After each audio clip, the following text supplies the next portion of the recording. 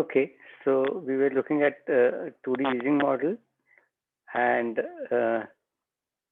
what we did was the following: that we wrote down two-dimensional Ising model in terms of spins defined at each lattice site, and the initial configuration that we took was uh, square lattice with n1 lattice sites along x direction, n2 lattice sites along y direction.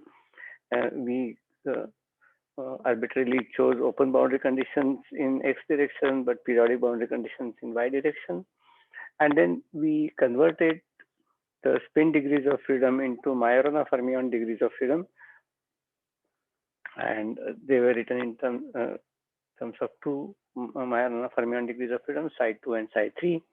And then we converted the Hamiltonian from the spin degrees of freedom to Majorana fermion degrees of freedom. And maybe I should just go back a little and show that term again.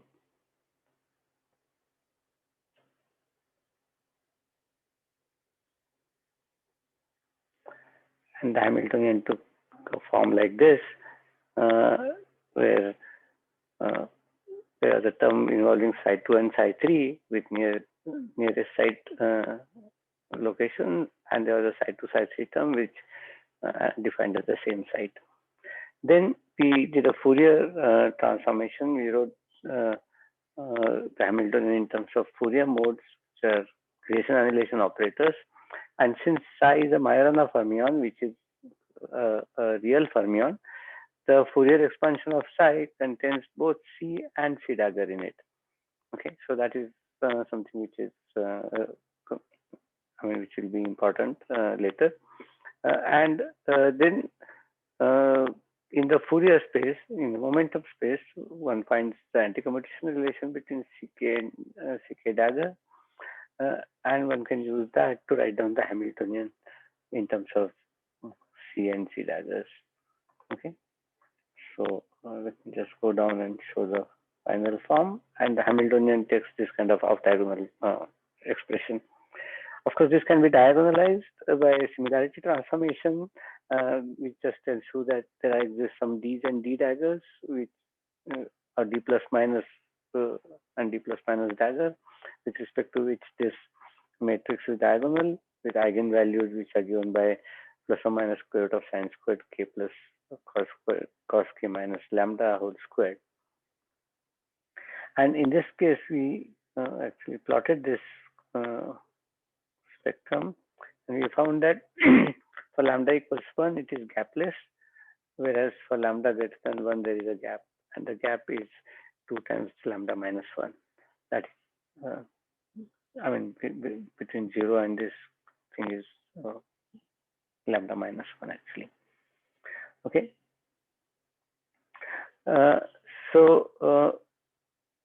So in the diagonal basis, you can therefore write down the Hamiltonian in this particular form: d plus dagger d plus minus d minus dagger d minus, and clearly ground state of the Hamiltonian corresponds to filling up all negative energy states.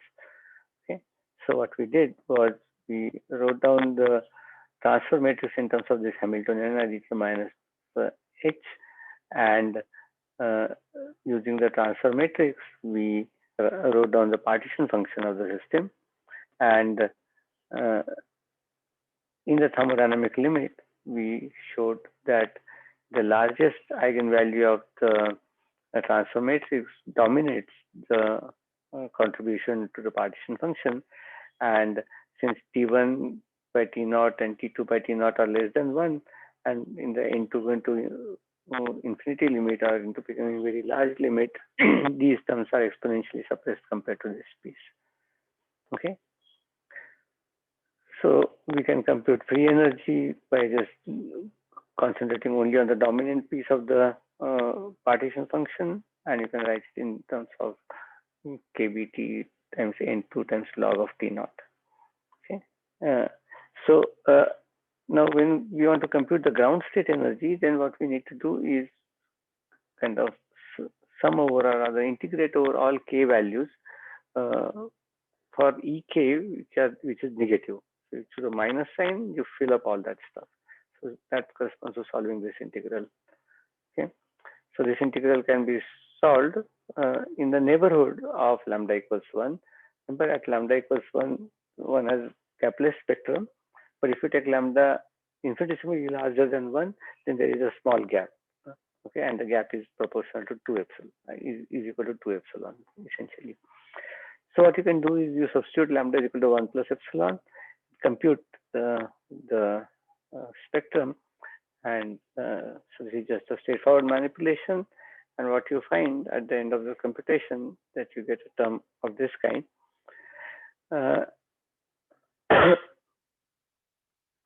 So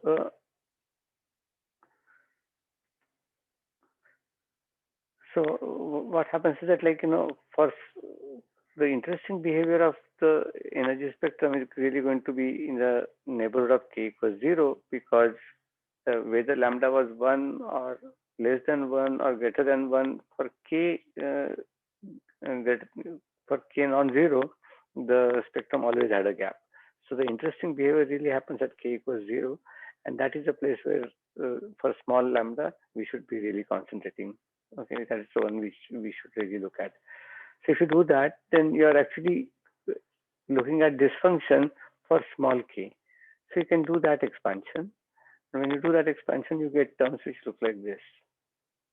I have not corrected this sign. This should have been plus.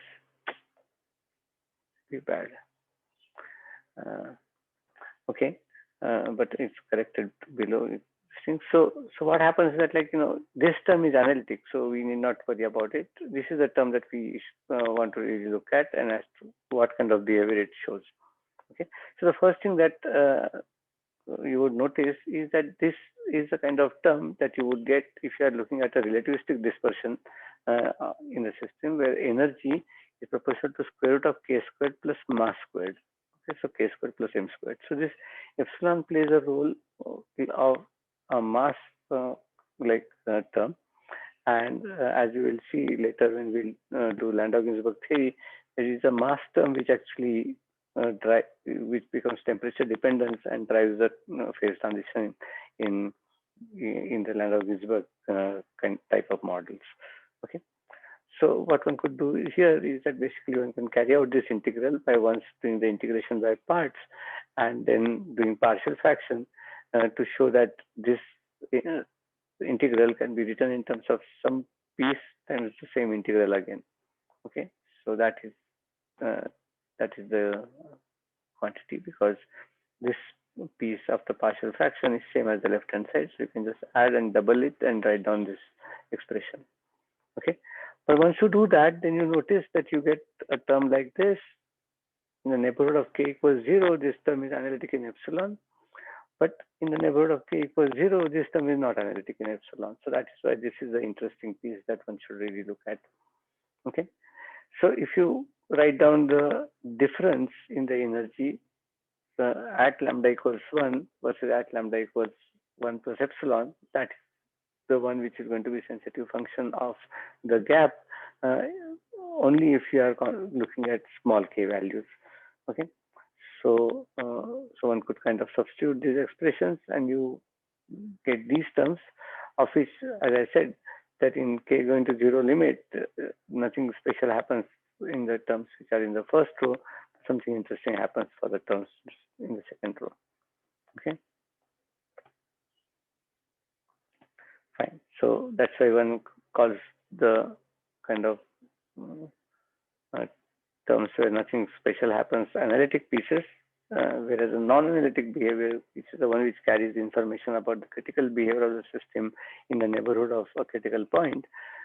So typically this is what is a takeaway message here, that whenever you look at a system exhibiting non-analytic behavior, then that non-analytic piece is the one which carries the information about the critical behavior of the system.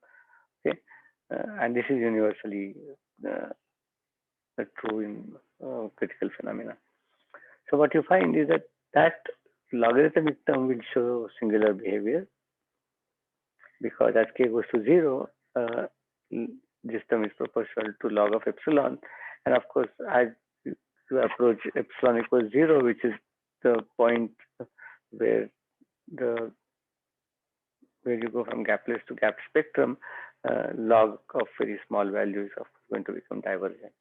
Okay, so you can use that to compute the singular part of the free energy, and then you can check that if you look at the derivatives of the free energy, you can just compute them explicitly with respect to epsilon, and the specific heat, which is the second derivative of the free energy,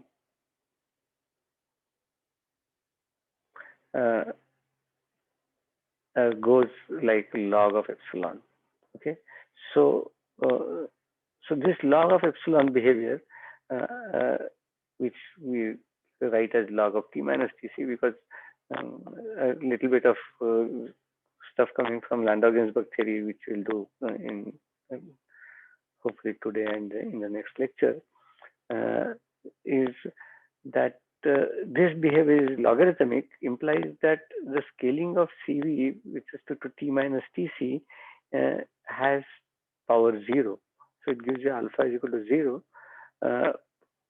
But this alpha equals 0 is different from the alpha equals 0 answer that we get in mean field theory, in which case we actually saw that the system had shown discontinuous behavior.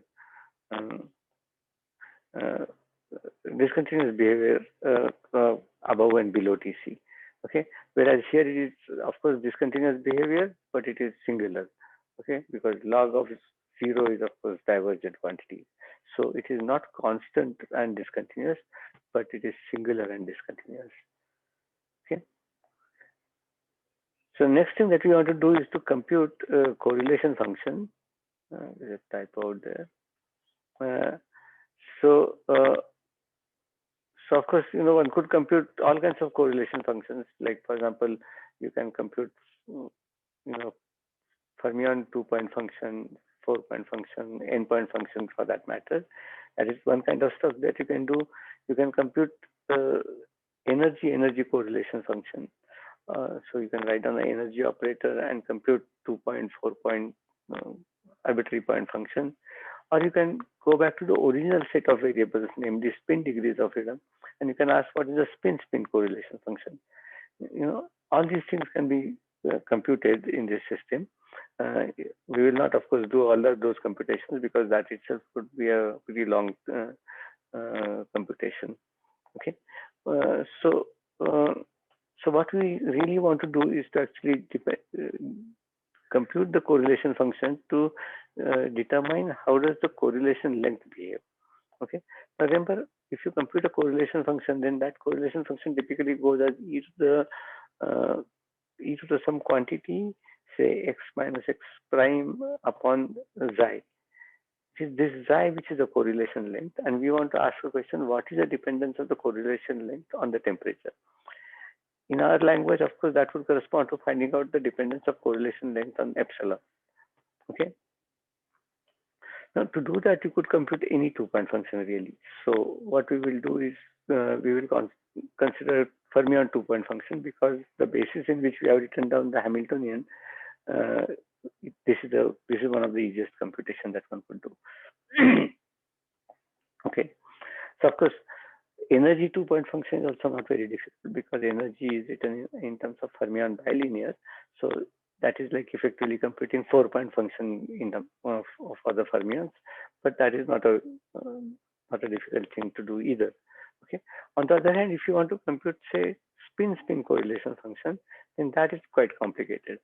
And the reason why that is quite complicated is because fermion is an operator which is written by writing down sigma 1,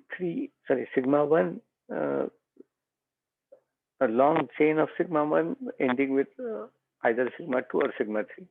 Okay, that is the kind of way we had defined psi 2 and psi 3. Okay, so clearly fermion itself is a very non-local operator written in terms of the spin degrees of freedom. So clearly, if you want to invert this relation and want to write down spin degree of freedom in terms of fermion, that also is going to be a very non-local object. Okay, so if one wants to compute say spin correlation function, now one can of course do it. It's not like it's impossible to do, but it's just that it is not a simple local computation like doing Fermion 2-point function. Okay, but nevertheless, behavior of the correlation length is something you should be able to pick up from any of these 2-point function computation. Okay, so what we will do is we will just compute Fermion 2-point function and try to read out the behavior of psi, okay, which is the correlation length. So to do that, just a second. Okay, so to do that, what we'll do is we'll introduce, consider fermion psi2 only. That is not very important. We could have considered psi1 or psi3 also. It would have been equally good. Okay, so suppose we introduce psi2 at site m1 along the row, that is along the x-axis. This point is at m1th location, and in the y direction it is on the n1th row. Okay, so psi2 would be, coordinate of psi2 would be m1 comma n1, and coordinate of second fermion psi2 would be at m2 and n2. Okay. Now what we'll do is we'll kind of revert back to the transfer matrix formulation, and in the transfer matrix formulation, this 2-point correlation function, which is written out on the left hand side, can be written in this particular form. Okay. So what we are doing is we evolve the row to row transfer matrix from first row all the way up to n1th row, and in n1th row you introduce psi2 at site m1. Okay, then you compute t from n1 to n2, then introduce another psi2, and then you compute t n2 all the way up to capital N2. Okay, it's pretty much the same kind of computation that we had done for 1D case. Only thing is that in this particular case, you have row to row transfer matrix.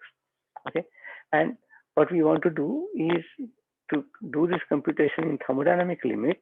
That means take n1 and n2 and capital N2 to infinity, but holding the difference as finite. Okay, so we want to hold say n2 minus n1 fixed. Okay, so that is the kind of limit that we want to take. Okay, so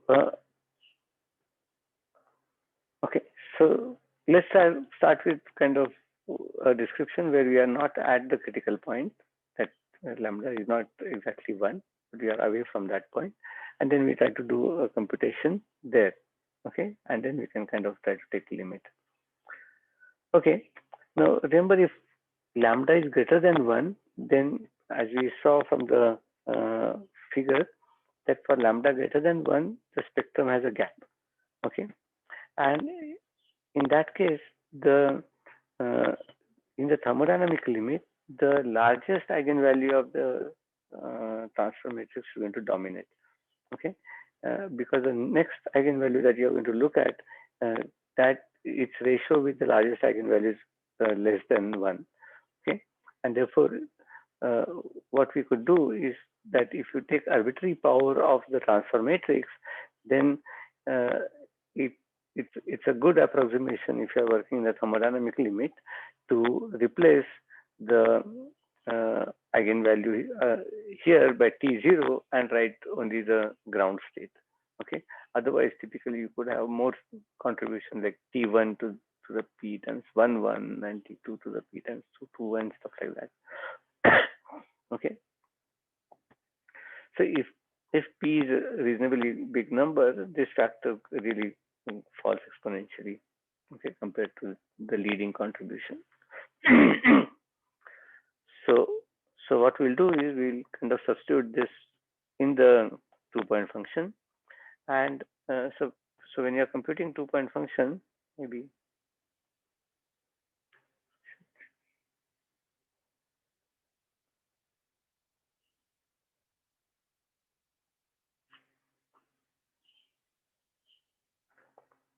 just a sec.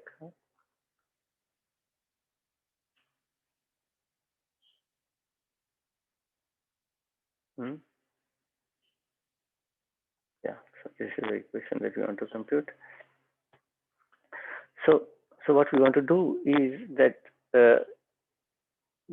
that when you want to compute 2-point function, then uh, t to the n1 and t to the capital N2 minus N2, these pieces are of course going to contribute uh, terms proportional to T naught to appropriate powers like this. Okay, so what we are going to write is that all these terms, when kind of sandwiched in between, is going to just give you T naught to the appropriate power, which is n capital N2 minus N2 plus N1. Okay, and then in between this is done by just putting in complete set of states in between, and if you put those states in between, then you get eigenvalues T alpha between two sides. Okay, so this T to the power N2 minus N1 is sandwiched within these states alpha. Okay, so therefore that will contribute T alpha to the N2 minus N1. Okay, so all other powers of T will get cancelled because there is a 1 over Q sitting outside. Okay, so this entire expression basically boils down to writing down T alpha upon T0 to the N2 minus N1. Okay, now remember we already said that T alpha by T1 is less than 1 for alpha not equal to 0. If alpha is equal to 0, of course that is 1 because T0 by T0. Okay, fine. Now remember that, like, as I was mentioning right in the beginning of the class today, that psi is a real fermion. Okay, and because it is a real fermion, psi is written in terms of creation and annihilation operators. Okay, Fourier mode contains both creation and annihilation operator, ck dagger and ck. Okay, so if that is the case, then if you are looking at the ground state and if you are acting a psi on that, then it naturally tells you that alpha cannot be ground state. Okay, so that is kind of guaranteed. Okay, that psi 2 0 0 1-point function just vanishes. Okay, simply because psi2 is written as uh, either psi2 is written either as a creation operator or as an annihilation operator. Okay, uh, by that I mean the following, that it is of course written as creation and annihilation operator, but if it is acting on the ground state, then the annihilation operator is going to annihilate the state, so it can only act as a creation operator. Okay, on the other hand, in this particular expression, psi2 is again creation plus annihilation kind of linear combination, but the creation operator is not going to be useful because when it acts on alpha, it will create a state with one more uh, particle, but it has to have an overlap with vacuum, and therefore the creation operator here wouldn't work. Annihilation operator would. Okay, so in that sense, this 2-point function basically tells you that alpha is necessarily not equal to 0. Okay, so this term less than 1, but this this has non-zero contribution only if you include uh, the term T alpha with alpha not equal to 0. Okay, now this is another reason why we wanted to take the thermodynamic limit with holding N2 minus N1 fixed. Because if you allow N2 minus N1 going to infinity, then in that case, of course, this power is just going to, sorry, then this power becomes large, and T alpha upon T0 is anyway less than 1, so this would just vanish. Okay, but if you hold N2 minus N1 fixed, then this quantity is less than 1 but finite. Okay, and therefore one should be able to compute this. Okay, So you so said for yes, alpha equals 0, there is no contribution from that term. yes, yeah, because yeah, so maybe I can just go up a little, the Fourier expansion.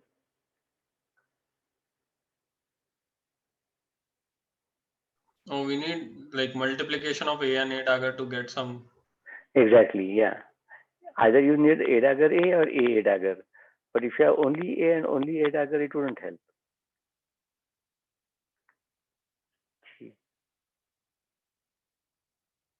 quite some distance behind. Sorry for this.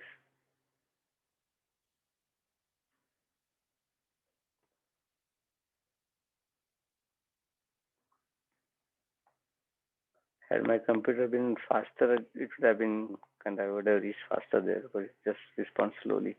Yeah, so here is the expression. So it is a linear combination of CK and CK dagger. So therefore, either it can raise the number or lower the number, but it cannot keep the number same. Okay.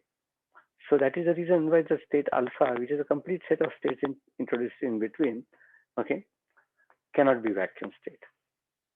Okay. Yeah. Yeah. Okay. Good. So now let us define T naught by following our definition that T, the transfer matrix T was e to the minus H.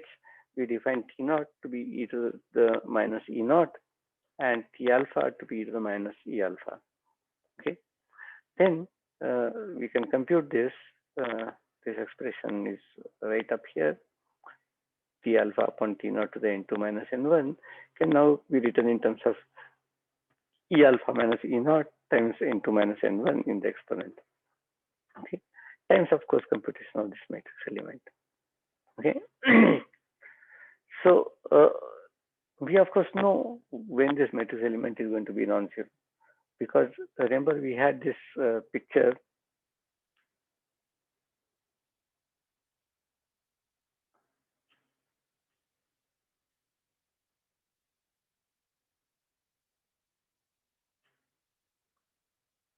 I hope I'm going in the right direction.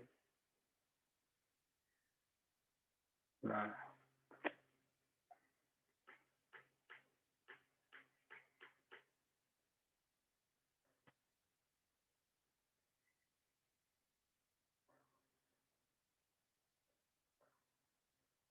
Sorry, it's kind of painful.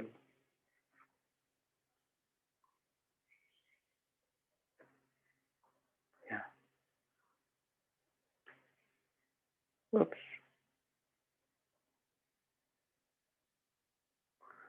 Sorry, it's going to take too much time to do that. Sorry. So what I was saying was the following, that remember the state 0 is defined as filling up all the negative energy states. Now imagine that you are working for with lambda, which is kind of slightly greater than 1. Then you have a gap spectrum. There is a, now I don't remember, maybe a blue line going down and the amber line going up kind of picture, and the entire line, blue line, is completely filled. Okay, we have kind of summed all those states, and that is what we would call the Dirac sea, which is filled, and that is what we will call the vacuum state or ground state.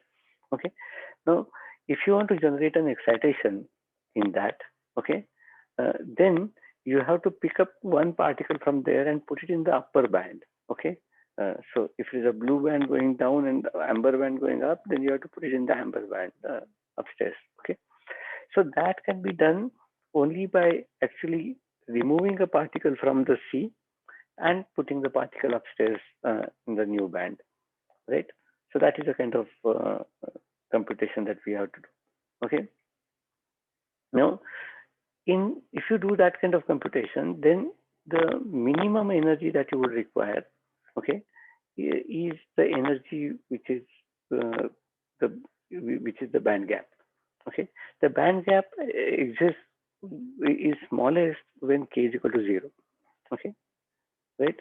So when you write down an expression like this, E alpha minus E naught, this expression will have largest contribution when E alpha minus E for a fixed N2 minus N1, if E alpha minus E naught is smallest. Okay, so that means you are looking at the lowest energy excitation allowed in the vacuum state. And in the vacuum state, that means you pick a particle from the Dirac sea and put it up in the upper band. Okay, in the condensed matter language, this would correspond to taking a particle from the valence band and putting it up in the conduction band. Okay, so that is the thing that we want to do. Okay, so that would, in the in the small lambda limit, we would be essentially working near k equals 0, and the small lambda limit, that energy cost is going to be 2 times epsilon. Okay, because the gap that opens up is symmetric, and that gap starting from 0, it is symmetric in both directions, and that is proportional to epsilon. Okay, so therefore the amount of energy required is 2 times epsilon, because you go from the lower band to upper band. Okay, fine.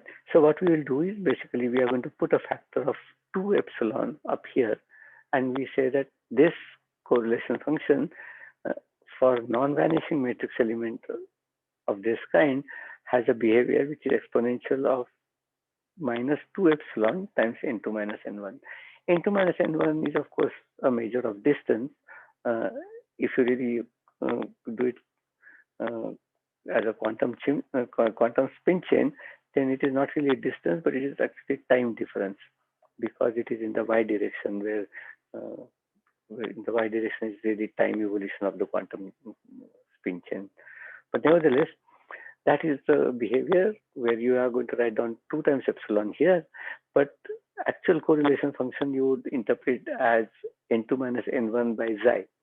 Okay, so therefore xi has a dependence which is roughly 1 over epsilon. It is 1 over 2 epsilon, but that factor of 2 is not so important, because what we really want to pick is the dependence of xi on the temperature. Okay, and since we expect epsilon to go as T minus Tc, we get a behavior of xi to be 1 over T minus Tc. Okay, now the fact that xi goes as 1 over T minus Tc implies that the critical exponent nu is actually 1, because that is the power of T minus Tc. On the other hand, if you go back and check, the mean field theory computation tells you that the mean field value of nu should be half. Okay, so it is quite different from what we get in the mean field approximation. Okay, so clearly two-dimensional Ising model has different critical exponent compared to what the mean field theory would have given. Okay, now that also we had seen at one point when we had written down values of several of these critical exponents for 2D Ising model, 3D Ising model, experimental data, and stuff like that. And it was clear at that place also that 2D Ising model was not really agreeing with either with the experimental data or with the mean field theory results. Okay, fine. So let us now kind of go over to Landau-Ginzburg model. And so we are not going to start with the Landau-Ginzburg model immediately. Let's kind of give some motivation as to what led them to come up with a phenomenological model of this kind. Okay, and many of them are kind of ingenious insights, both from Landau and Ginzburg, and those insights are the ones which actually give certain amount of legitimacy to mean field theory by actually deriving all those results using a Lagrangian formulation. And that is what we will do in next few lectures. Okay, so let us consider carbon dioxide gas. Okay, and what happens is that this gas, I mean CO2, is in the gaseous state at normal temperature and pressure, and if you start reducing the temperature, then at atmospheric pressure the CO2 gas goes from gaseous state to solid state. Okay, it does not go through a liquid state. There is no liquid carbon dioxide at atmospheric pressure. Okay, this transition is what we typically call sublimation. Okay, now, of course we are used to referring to that as sublimation in a process in which we see a solid object kind of evaporate into gaseous object, but nevertheless it's the same transition. Either you go from solid to gas or gas to solid. Okay, and that's why CO2 actually undergoes what's called a sublimation. Okay.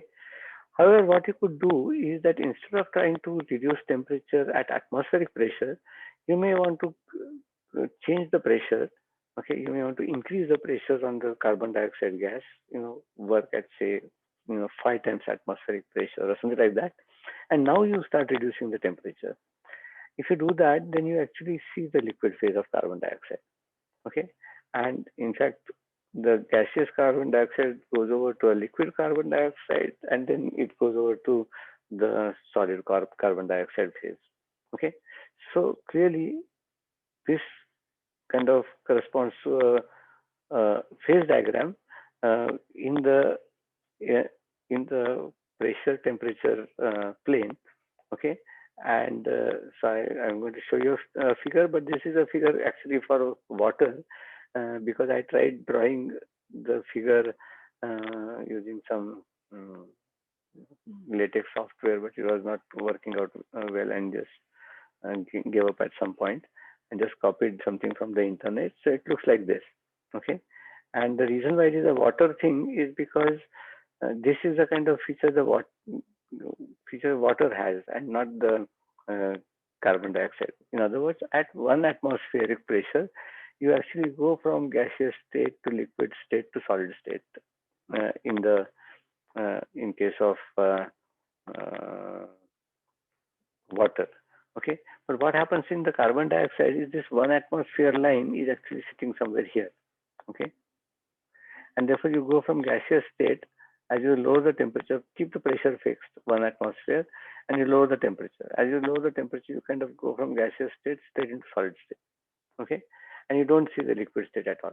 But as you start increasing the pressure, then you go up, and as you start going up, at some point, as you start reducing the temperature also by holding the pressure fixed, okay, but large, okay, you do find the carbon dioxide kind of hit the liquid state, and then after some temperature, further reduction in temperature, you actually go into solid state.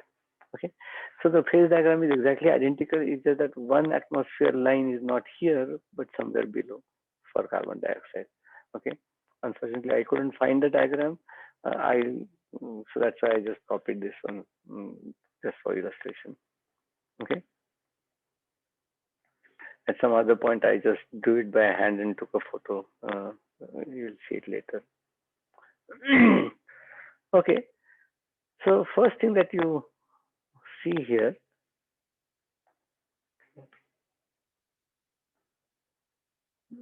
just give me a second.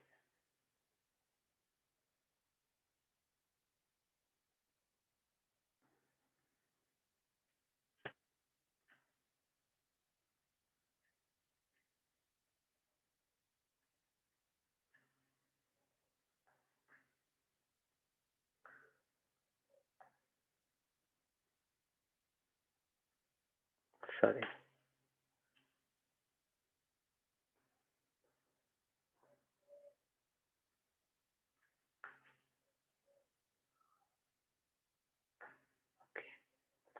So first thing that you see here is that uh, there are lines which are separating different phases.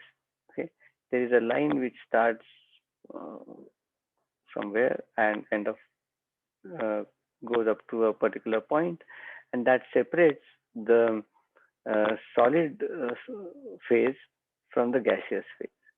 Okay. Similarly, we have a line which separates the liquid phase from the gaseous phase. Okay. And uh, we want to understand what is the meaning of these lines and what is the meaning of uh, existence of a line which goes all the way to infinity, something like this, versus existence of a line which kind of goes and stops at some point. Okay.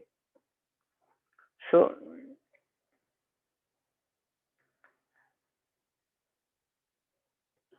so first thing is that all these lines that we look at, okay, are actually called lines of coexistence. By coexistence, I mean that on this line, you have both solid and gaseous state of matter. Okay. Similarly, on this line, you have a liquid and gaseous state of matter, and here you have solid and liquid state of matter simultaneously. Okay. Fine. So there is a point which is often referred to as the triple point, and this is a point at which all three phases simultaneously coexist. Okay, and that is one of the reasons why it is called a triple point. Okay, uh, and we will see that if you have a line going all the way to infinity, then of course it has nothing special happening. But if you have a line which kind of goes and stops at some point, then this is a critical point. Okay, and we want to understand the behavior of the system in the neighborhood of this critical point. Okay, so of course, as we have discussed earlier, that Ising model, liquid gas phase transition, binary alloy, they belong to the same universality class, and this model is essentially equivalent to studying Ising model. Okay, but we will want to understand here as to what is special about a line ending somewhere, whereas some other line not ending at all. Okay, so that is the point that we want to understand. Okay, any questions here?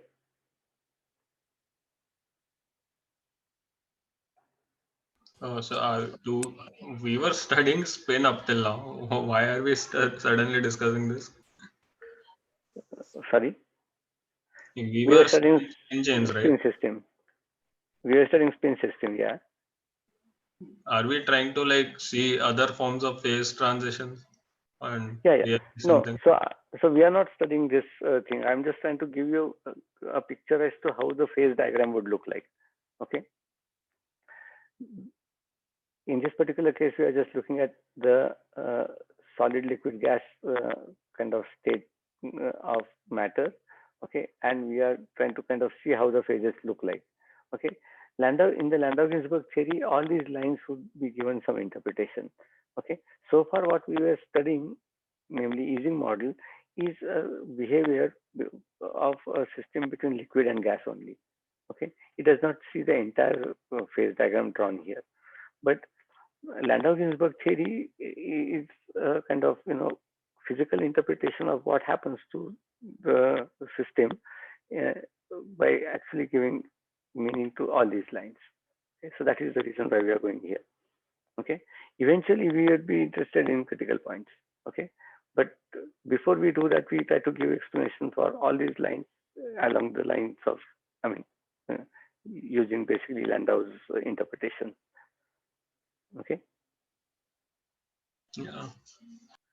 So of course, there is a lot of coarse graining in this Landau-Ginzburg model. The kind of system that we have studied so far and the kind of variables Landau and Ginzburg would use are drastically different, in fact. And nevertheless, they claim that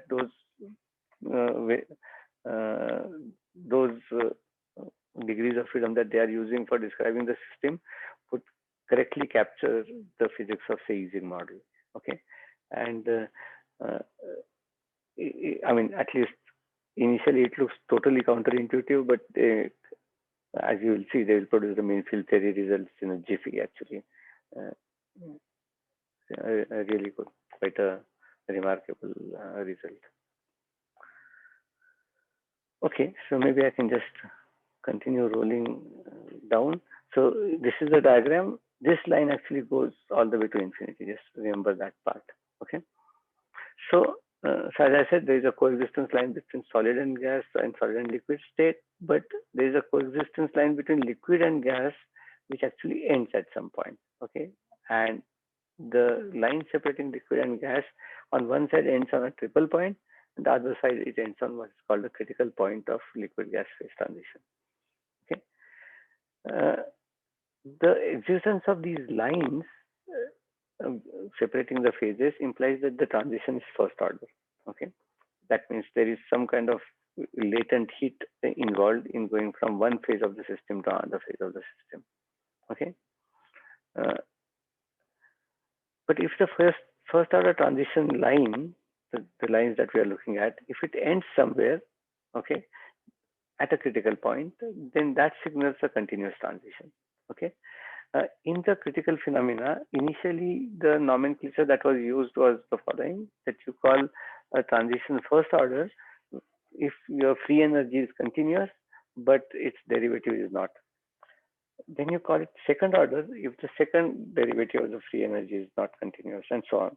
Okay, but if this kind of first order, second order, third order phase transition language was abandoned at some point, and it was replaced by a first order phase transition versus continuous phase transition, uh, implying that the first order phase transition shows discontinuity, whereas all other phase transition just shows continuous behavior, and that is the reason why a new language uses only first order versus continuous transition. Okay, but if you go back to papers in say 1970s or even 1980s, you will find that people would be talking about third order phase transition, for example. Okay, which nowadays people really don't talk about in that language. They just call it continuous transition. Okay. So suppose we look at the coexistence line between solid and liquid phase. Okay, so that is the leftmost line going up. Okay, this is the infinite line. We are just trying to see the behavior of the system on that line. Okay, so if you look at that in the PT diagram, then if you write down Gibbs free energy, which is given by E minus Ts plus PV, and you are on the coexistence line, then the Gibbs free energy for solid should be equal to the Gibbs free energy for the liquid on the line. Okay, that is the meaning of coexistence.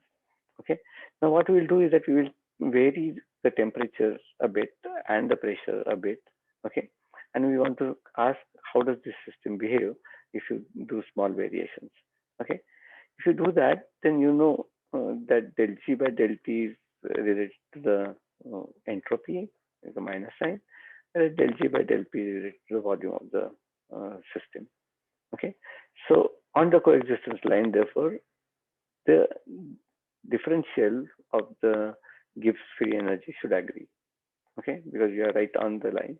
Okay, so therefore the liquid state entropy times dt with minus sign plus liquid state volume times dp should be related to the same set of quantities for the solid state on the line. Okay, good. So this equality allows us to write down dp by dt in terms of entropy and the volumes of the system. Okay, so we can write it in this particular fashion, that on the coexistence line, dp by dt is given by SL minus, that is the entropy of the liquid state minus entropy of the solid state, divided by entropy of the liquid state minus, sorry, volume of the liquid state minus volume of the solid state. Okay, but typically this quantity is positive. Okay, dp by dt in most of the cases. Okay, there are of course well-known exceptions. Water is one important exception, because the you know that ice floats on water, so that means the volume of ice or density of ice is lower than the density of water, and therefore you find that the volume of liquid is smaller than the volume of solid at a given temperature, and because of that the denominator would be negative, and that would set dp by dt negative.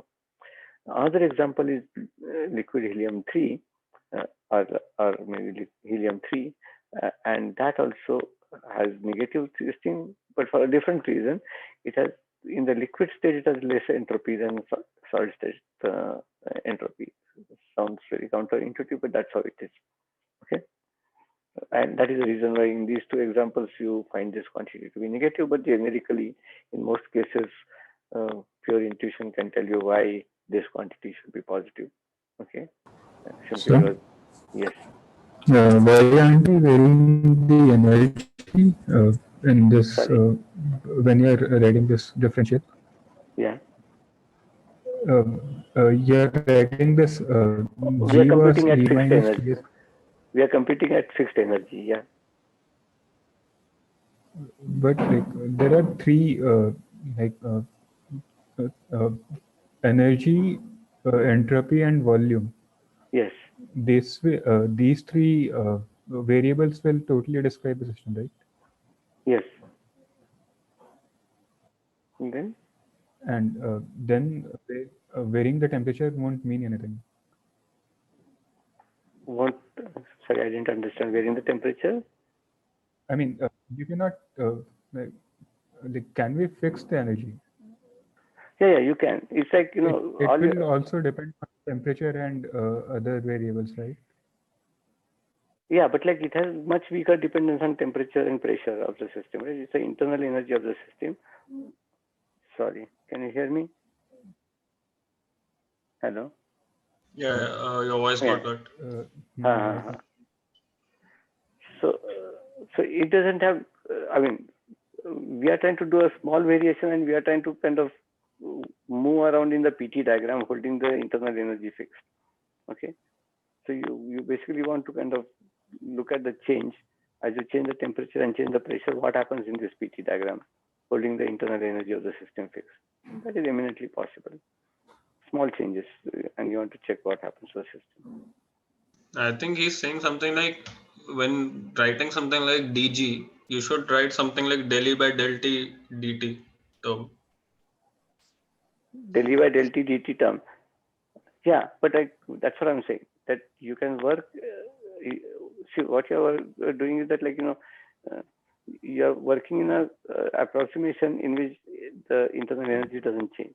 Okay, so it's some kind of adiabatic approximation in which you are just trying to slowly change the temperature and pressure of the system holding internal energy fixed. Okay. So in that And case, you're also holding volume and entropy fixed. yes. So we are just trying to, we are asking what happens in the PT plane if I adjust these quantities, So like just take the Hello, sir. ordinary situation. Yeah. Yes. Hello, sir. Yes. When we vary G, delta Z, we write as delta E minus of delta of TS plus delta of PV. When we expand delta of TS, we will get one term minus T delta S. That will be cancelled out from the delta E, in which we have the term T delta S. Similarly, in delta of PV, we have a term P into delta V that is also cancelled in delta E. Yeah. So but the remaining terms only. Yeah, but that is equivalent to saying Sir. that is equivalent to saying that you are holding E, S, and V fixed and changing only P and T. Yes, sir. Yes, sir. The same as that. Yeah, for infinitesimal transformation, it makes sense. If you want to do finite transformation, then you really have to kind of write down all differentials. Okay. So this is like, you take the gas in some fixed container and suppose you heat it up. If you do that, then of course the pressure increases. Okay. So you are trying to ask a question that if I infinitesimally change the temperature, what is the setup of the system for fixed volume and fixed degrees of freedom in the system. Okay. That is the kind of computation we are trying to do. Okay. And that is simply because we want to purely stay inside the PT diagram. Okay.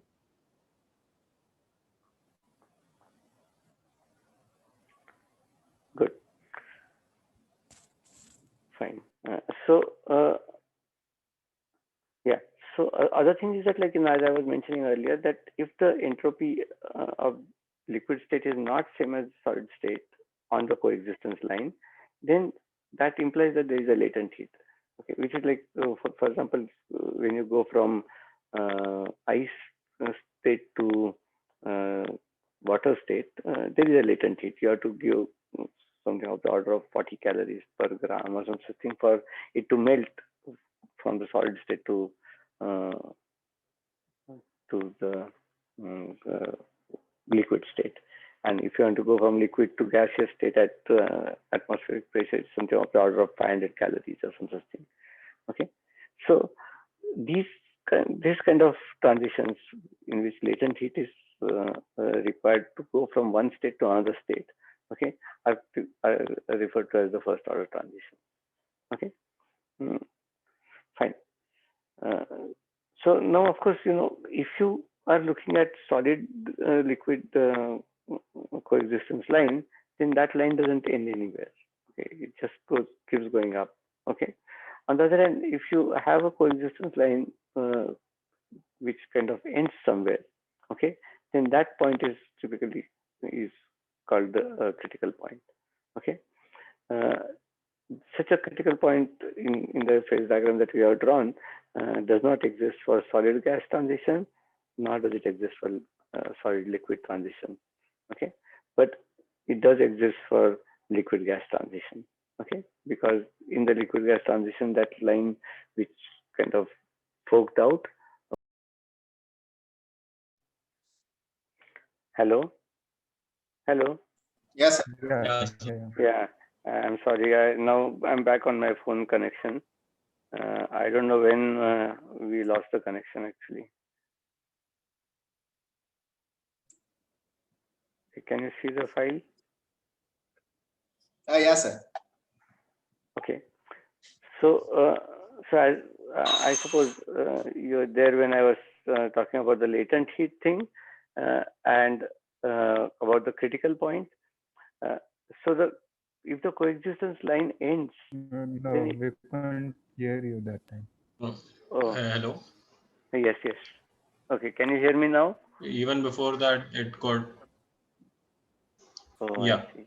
I see. Yeah, we can hear you. Like last time, you were saying something and we couldn't hear that. Even the latent heat part was cut. I see. Okay, maybe I go step back a little.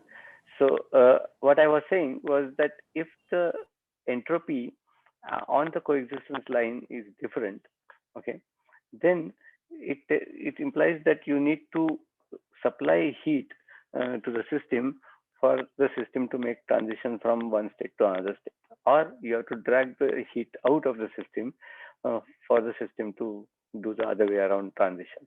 So for example, liquid to solid, you will have to extract the energy out of the system so that the liquid would solidify. Okay. Such a, hello? Hello? Yeah, we can hear you. Yeah, because now the power also has failed here. Anyway, yeah. So if you require latent heat, then clearly there is a discontinuity in the kind of free energy of the system, because you have to kind of supply or extract heat from the system for the transition to happen. Such transitions are typically referred to as the first order transitions. Okay, so although I shouldn't say the free energy is discontinuous, but the derivative of free energy is discontinuous, in fact. Okay, and that is the statement is yes in the entropy, because entropy is a derivative of free energy. Okay, but if you move along the coexistence line, and if the coexistence line ends at some point, then that is typically a critical point. Now remember, across every coexistence line you have first order transition, and therefore there is some latent heat supplied to the system. Okay, but if the line ends somewhere, then at that point, of course, you should find that you don't require latent heat, or you don't have the entropies differing between the two coexistent phases. Okay, simply because after that point there is a continuous relation between the two phases. Okay, so if you go back to the image again, then you will see that if you are at sufficiently high pressure, okay, or if you are at sufficiently high temperature, then there is no way of distinguishing between a liquid and a gaseous state. Okay, anywhere somewhere here, there's nothing called a liquid state versus gas state. Okay, they are kind of just completely merged. Okay, it's only below this temperature and this pressure can you actually make meaningful statement about a state being a liquid state or gaseous state. Okay, so that clearly implies that beyond that end point of that line, there is no latent heat to do a transition between liquid and solids and gaseous state, and therefore that point must be special. Okay, and typically what you find is that at that point higher derivatives of free energy are also continuous. If second derivative is continuous, then you would immediately kind of say that it's a higher order transition. Okay, not the first order transition. Okay, so Landau gives the following argument when just a sec. So Landau gives the following argument that we have a line of transition uh, separating different phases because the different phases have different symmetries. And if the different phases have different symmetries, then uh, there better be a line separating them, because you cannot change symmetries continuously. Okay, and therefore the solid state has a line separating between solid state and gaseous or in liquid state. Okay, uh, so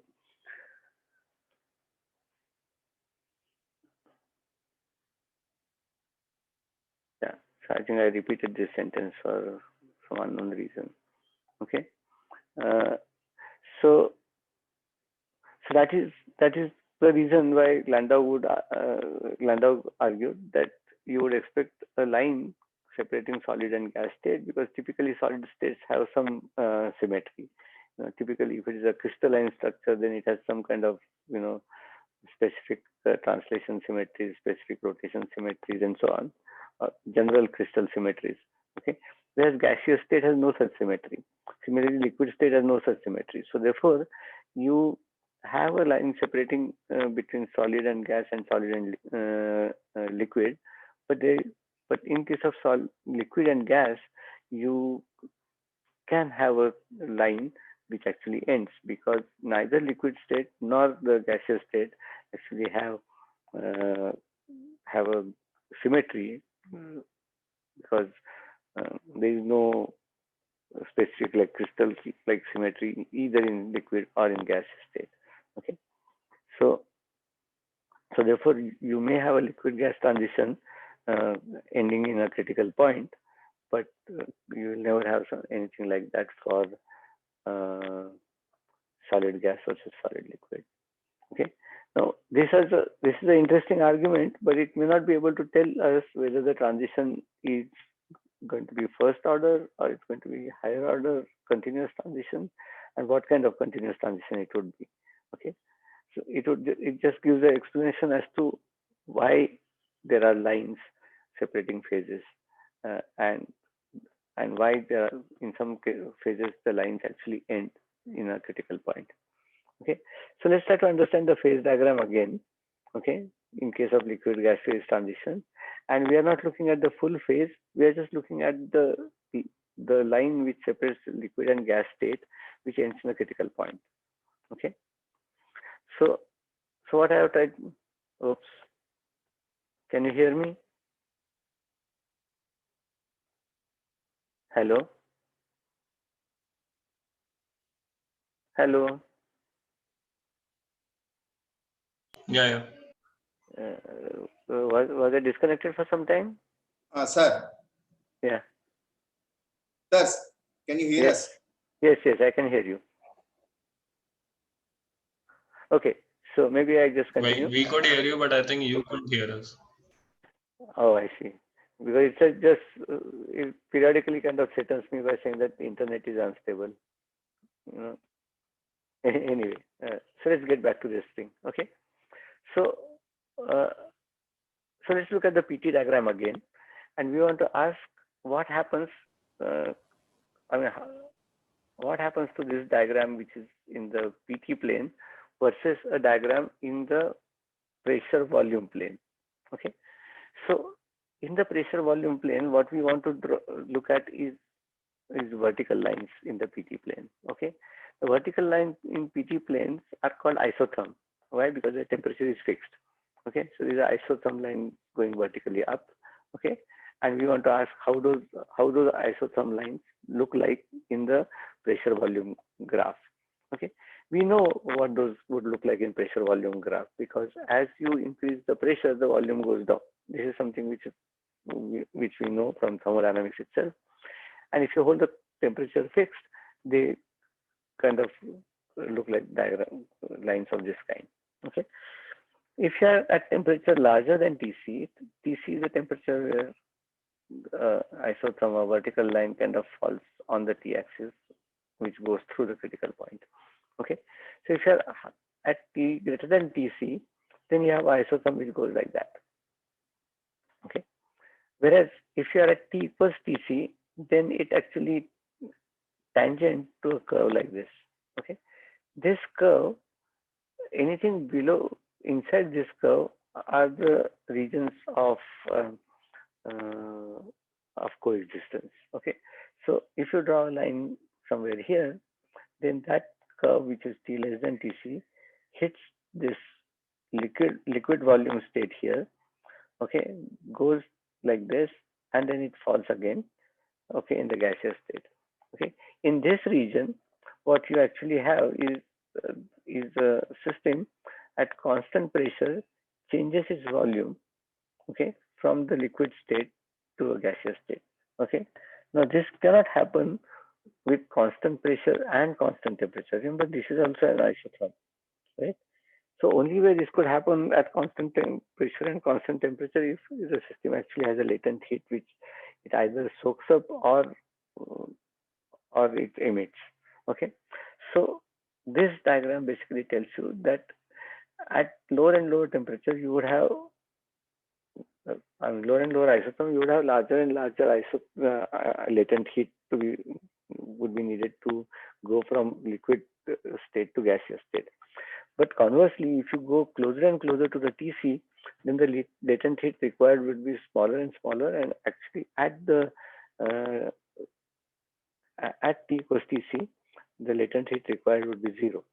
But if you have to give no give or take no heat from the system, then clearly the derivative of the free energy has to be continuous, and therefore the transition at the critical point is typically higher order than the transition along the phase separating lines. Okay, so the Sir, PT. how have we drawn this Sorry, VLVG thing? we, This phase transition in the yeah, PV plane, yeah. like, is it a given or like, do we know it from some principle? No, this is kind of experimental data. You can see the coexistence line by actually doing the experiment, at constant temperature.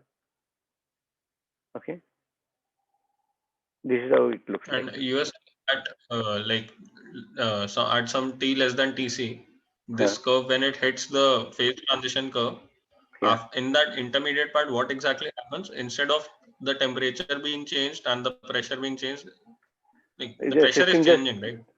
no pressure is constant.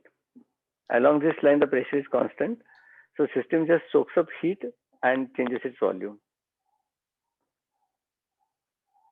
Like what is in that bit in between part? On the left hand side of this curve is some Yeah, liquid phase. On the right is yeah, gas. so this curve, inside this curve, liquid and gas coexist. Okay, Okay. so this is the coexistence region. Okay, and that coexistence region in PT, this thing corresponds to a particular line. So if you keep the temperature fixed and pressure fixed, then you are sitting at one particular point in the PT line, in the PT graph. But that particular point, okay, has two solutions for volume. Okay, one is the liquid solution and one is the gaseous state solution. Okay, and this transition between them is neither driven by pressure nor by temperature, but just by latent heat. System either soaks it up from the environment or gives it out to the environment. Okay, and the system undergoes a transition like that. Okay, so for example, when water goes to vapor, it just soaks up kind of huge amount of energy per. Uh, I mean, it takes I think 510 calories per gram to go from liquid to vapor. This thing. So that is this transition. And of course, the volume of the gaseous state is much larger than the volume of the liquid state when the system makes that transition. Okay, so that is why there is a gap. But that happens at a fixed temperature and a fixed pressure of the system. So it is just a single point in the PT diagram. But in the PV diagram, that has to be uh, uh, kind of horizontal line in the for a fixed P. It makes a transition from the liquid volume to the gaseous volume. Okay, so that's how it is. Okay, in fact, this is actually not a very complicated experiment. This can be done even in the BSc or MSc lab to check that these kind of coexistence lines exist by just studying the transitions from water to vapor, the liquid gas transition stuff. Okay.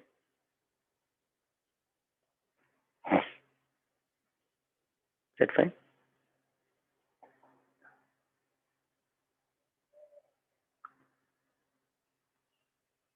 Okay.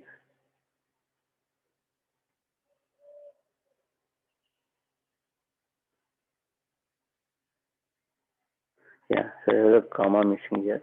So of course, I was just trying to kind of give an explanation of these isothermal lines.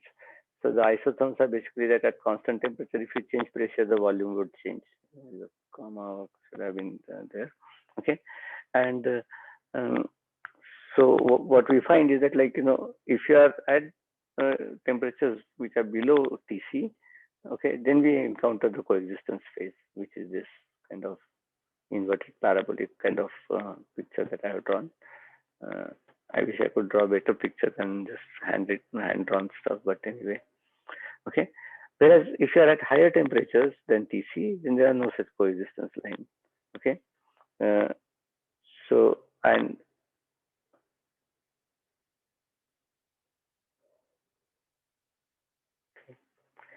we actually get an ideal gas law.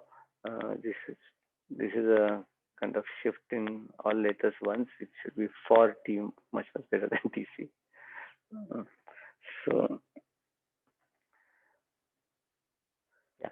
So as I have drawn here, that the width of the coexistence state, okay, in the PV diagram depends on what is the temperature at which you are kind of trying to measure this. Okay, at much lower temperature, you would have much bigger range between the liquid volume to gaseous volume. Okay, so and if you are right at this temperature T equals Tc, then you know that infinitesimally on this side you are in a liquid state, and infinitesimally on this side you are in the gaseous state. Okay, so therefore the change in the volume across this point is minimal. Okay, that is the statement of this isotherm actually is tangential to the coexistence curve. Okay, so this is a statement that as you approach T equals Tc from below, then the coexistence phase shrinks and the width vanishes when T equals Tc. Okay. So, of course, the equilibrium between these two phases implies that the pressure, temperature, and the chemical potentials of both the phases is identical. Okay. So, if you are at the critical point, then you would say that the chemical potential as a function of pressure and the temperature for both the system is identical. Okay. Okay. So now the thing is that, like, if you have an equation like this, then this is one equation involving two independent variables, P and T. Okay. So if you go back to a PT phase diagram, then if you have a condition like this, that the chemical potentials of two phases agree, okay, that gives you only a single condition between P and T. Okay, if that is the case, then clearly two unknowns and one equation would tell you that would give you a line. Okay, so if you have a single equation of this kind, you typically end up with a line of coexistence. Okay. On the other hand, if you are at a triple point, then you get two equations. One equation for mu1, which is, say, liquid, and mu2, which is gaseous, and a relation between mu1 and mu3, which is solid. Okay, so when you set up this equation for the chemical potential for liquid, solid, and gaseous state, then you effectively have two equations. Okay, and if you have two variables and two equations, then the number of solutions you have are finite number of points. Okay, so triple point is one of the solutions two equations of this kind. Okay, at least in the phase diagrams, you typically do not get finite number of more than 1 points. But generically, if you have a setup like this and the functions are complicated, then you may have multiple. It's a statement of how many times two curves intersect. Okay, if the two curves intersect only once, then you get only 1 point. If the curve kind of is complicated polynomial curve, it could intersect more than once. Okay, of course, in our case, it doesn't happen because both of them almost look parabolic and they touch only at 1 point, which is a triple point. Okay, now we understand the coexistence line because we have only one equation for chemical potential as a function of pressure and temperature. We understand triple point because we have two equations for three phases. Okay, but critical point is also a point, and in that case, what happens is that we get two equations. We not only get the chemical potentials to agree, but in the coexistence graph in the PV diagram, you know that at the critical point, the volume of the two phases is also equal. Okay, because there is no coexistence phase with a kind of liquid volume smaller than gaseous volume or something like that.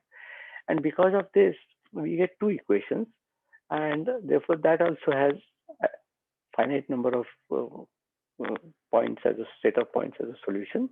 And in this particular case, we would get only one critical point, which is the end point of the liquid gas transition.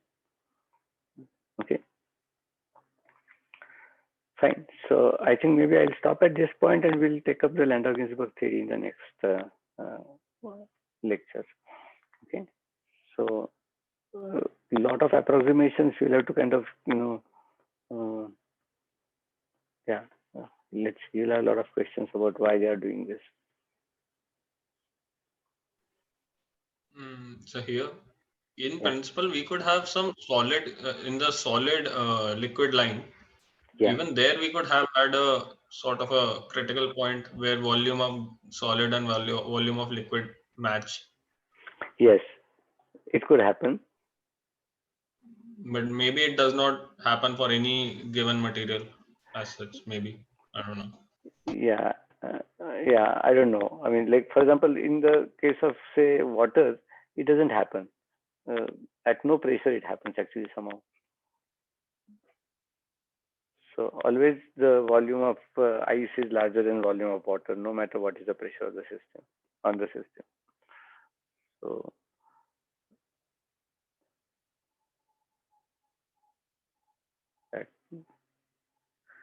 Basically, it means that that slope becomes infinite. Yes.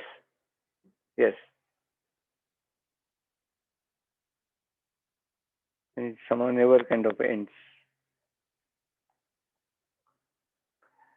But like if you look at many other systems, where which are mostly in solid state, like say metals, and you kind of heat them up and make them into kind of liquids kind of stuff.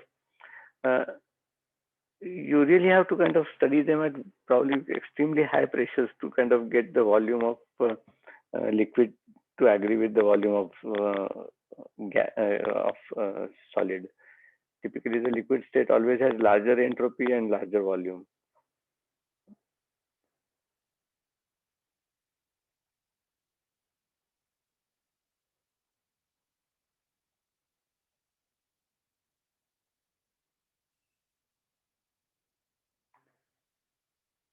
Any other question?